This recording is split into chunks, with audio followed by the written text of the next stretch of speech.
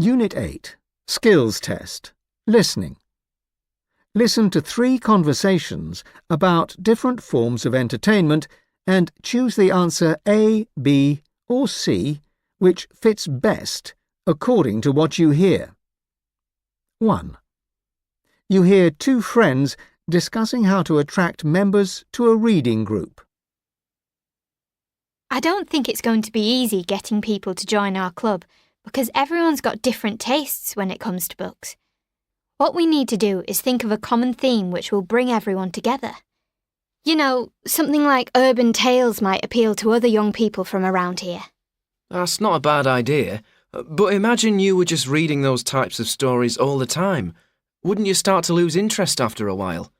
It might make more sense to stick with a topic for a month or 2 before switching to something else. That would give people the chance to propose other ones that are of interest to them. I was also thinking about how we choose the books. You're saying the members should be able to make suggestions themselves. To be honest, I hadn't thought of that myself, but I guess that would make sense. Of course, there'd have to be a leader to ensure the books were chosen fairly and stop members getting into arguments. Not only that, but they'd also be responsible for making sure a decent conversation can develop. One thing they could do is prepare questions about different aspects of the books, which they put to the different members of the group. That would mean everyone has the chance to contribute, as well as provide starting points for discussion. 2. You hear 2 friends talking about organising a birthday celebration. Holly and I have been given the task of organising something for Martin's birthday, but we haven't got a clue what to do. I guess you're not planning a party then? The thing is, parties can be okay, but generally you just end up chatting to people about the usual things like school or sports. We wanted to do something a bit different, something that will stick in your mind. We've come across heaps of ideas on the internet, but the hard part is choosing the best one for him. Supposing you booked a session in a dance studio. I've heard that they offer group sessions where you can choose a song and they teach you a dance routine to go with it.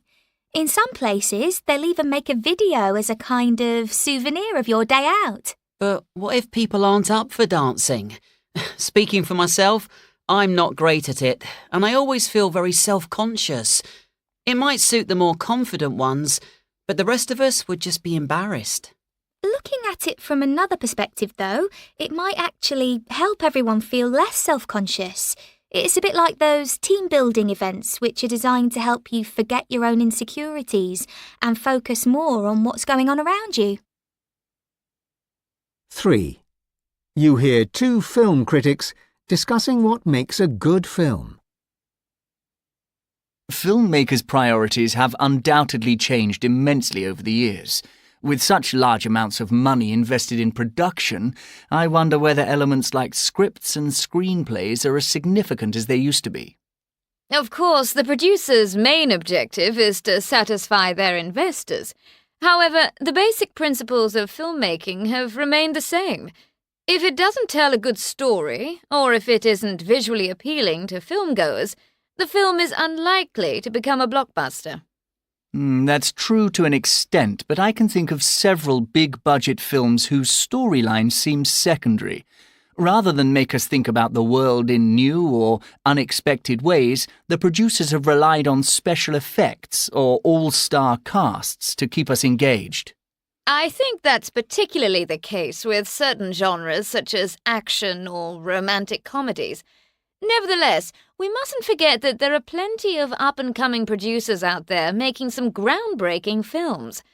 Not having the same financial resources as the Hollywood producers, they've had to rely on strong scripts and well-developed characters.